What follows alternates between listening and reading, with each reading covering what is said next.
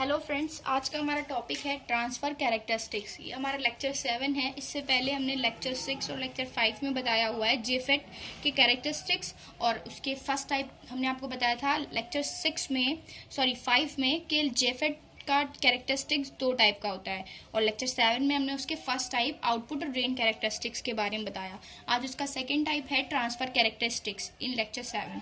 ठीक है, तो चलिए देखिए, हम डायग्राम से आपको समझा रहे हैं, बहुत ही सिंपल लैंग्वेज में लिखा हुआ है ये, तो आपको बहुत ही अच्छे से समझ में आ जाएगा। चलिए तो देखिए, ये हमारा डायग्राम है ट्रांसफ़र कैरेक्टरिस्टिक्स का।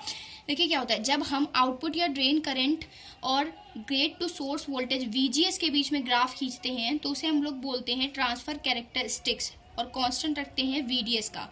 मतलब एट कांस्टेंट VDS ID और VGS के बीच में जो ग्राफ खींचा जाता है उसे बोलते हैं ट्रांसफ़र कैरेक्टरिस्टिक्स। आउटपुट और ड्रेन कैरेक्टरिस्टिक्स क्या था, जब हमने ID और VDS के बीच में ग्राफ खींचा था, बट हमने VGS का मान क्या रखा था, कांस्टेंट रखा था, तो उसे हमने बताया था आउटपुट और ड्रेन कैरेक्टरिस्टिक। ठीक है, लेकिन यहाँ पे ये है ID और VGS के बीच में ग्राफ। तो देखिए, ग्राफ का फर्स्ट पॉइंट ये है कि अगर मान लीजिए आपने VGS अप्लाई नहीं किया है, क्योंकि आप जानते हैं VGS हमारा रिवर्स बाइस वोल्टेज होता है। जब हमने VGS अप्लाई नहीं किया है तो हमारी जो करंट है वो हमें मैक्सिमम मिल रही है IDSS। ठीक है, लेकिन जैसे ही हम VGS का मान बढ़ाते जाते हैं, देखिए बढ़ रहा है VGS का मान, जैसे ही बढ़ाते जाते हैं, और जो IDSS करंट है वो हमारी क्या होती है, घटती जाती है। ये क्यों होता है कि IDSS हमारी करंट किस तरह से घटती है।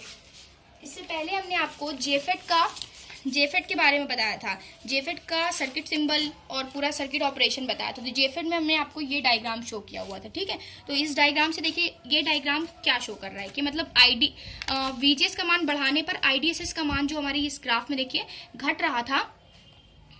ग्राफ में देखिए जो हमारे IDSS का मान घट रहा था, VGS का मान बढ़ाने पर IDSS का मान घट रहा था। ये हम ऊपर इस डायग्राम से समझेंगे किस तरह से घट रहा है। ठीक है, देखिए क्या होता है, जो हमारा ये P टाइप रीजन्स होता है, ये गेट टर्मिनल को फॉर्म करता है। ठीक है, ये गेट टर्मिनल को फॉर्म करता है। ये हमारे P टाइप रीजन्स क्या करते हैं, गेट टर्मिनल को फॉर्म करते हैं, और गेट टर्मिनल को हमने क्या किया हुआ है, निगेटिव से जोड़ा हुआ है, और सोर्स टर्मिनल को पॉजिटिव से। सोर्स हमारा N टाइप होता है, देखिए N टाइप है हमारा, ये हमारा P टाइप होता है। जब P टाइप निगेटिव से और सोर्स टर्मिनल पॉजिटिव से जुड़ता है तो कैसी बैटरी बनती है, रिवर्स बाइस्ड बनती है। ठीक है, तो जो हमारी VGG बैटरी है वो हमारी कैसी है, रिवर्स बाइस्ड है। तो जो VGS वोल्टेज इनके सिरों के मध्य हमें मिलेगा वो हमारा कैसा होगा, रिवर्स होगा।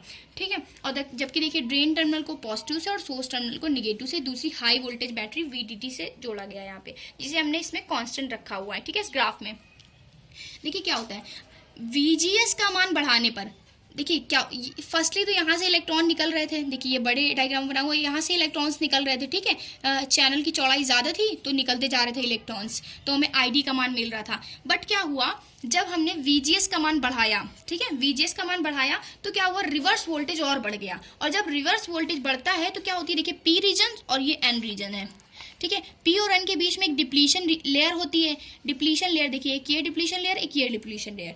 तो क्या होता है, जैसे ही रिवर्स वोल्टेज VGS का मान हम बढ़ाते हैं, VGC का मान बढ़ाते हैं, तो क्या होता है, जो डिप्लीशन लेयर की चौड़ाई होती है वो बढ़ती जाती है, चौड़ी होती जाती है। ठीक है, चौड़ी होती जाती है तो एक स्थिति ऐसी आती है, मतलब चौड़ी होती जाती है तो ये जो चैनल है हमारा, जहाँ से इलेक्ट्रॉन्स निकल रहे हैं हमारे, उसकी विड्थ कम होती जाएगी। कम होती जाएगी तो जितनी विड्थ कम होगी उतने नंबर ऑफ इलेक्ट्रॉन्स कम निकल पाएंगे, और जितने इलेक्ट्रॉन्स कम निकलेंगे हमें जो आउटपुट करंट ID मिल रही है उसका मान उतना ही कम होता जाएगा। ठीक है, तो क्या होता है कि देखिए इस ग्राफ में देखिए, जैसे जैसे हम VGS का मान बढ़ाते जाते हैं वैसे वैसे IDSS का मान हमारा घटता जाता है, क्योंकि डिप्लीशन लेयर की जो चौड़ाई होती है, डिप्लीशन लेयर की जो चौड़ाई होती है वो लगातार हमारी क्या होती है, बढ़ती जाती है, चौड़ी होती जाती है। तो हमारा क्या होता है, IDSS करंट का मान घटता जाता है। ठीक है, तो ये घटता हो गया, ये सेकेंड पॉइंट हो गया आपका। थर्ड पॉइंट है कि अगर मान लीजिए अब घटती जा रही है हमारी, जब हमारा वोल्टेज एक निश्चित वोल्टेज VP के बराबर हो जाता है, पिंच ऑफ वोल्टेज, VP क्या है, पिंच ऑफ वोल्टेज के बराबर हो जाता है VGS, तो हमारी जो चैनल था, जो हमने आपको चैनल दिखाया, जो हमने आपको ये चैनल दिखाया, ये जो चैनल था बीच का, ये चैनल की जो विड्थ होती है बिल्कुल जीरो हो जाती है। मतलब इसके बीच की विड्थ रह ही नहीं जाती है, बिल्कुल शून्य हो जाता है। जैसे ये है और ऐसे ऐसे ऐसे बिल्कुल विड्थ रहे, नंबर ऑफ इलेक्ट्रॉन्स यहाँ से निकल ही नहीं पाते, तो जो हमारी ID करंट हो जाती है वो अप्रोच कर जाती है 0 को। ठीक है, ID करंट हमारी किसको अप्रोच कर जाती है, 0 को। तो हमारी जब ID सॉरी आईडीएसएस करंट हमारी जीरो हो जाती है। तो जब हमारा एक निश्चित वोल्टेज वीजीएस का मान जब वीपी के बराबर हो जाता है पिंच ऑफ वोल्टेज के, तो आईडीएसएस का मान क्या हो जाता है, जीरो हो जाता है।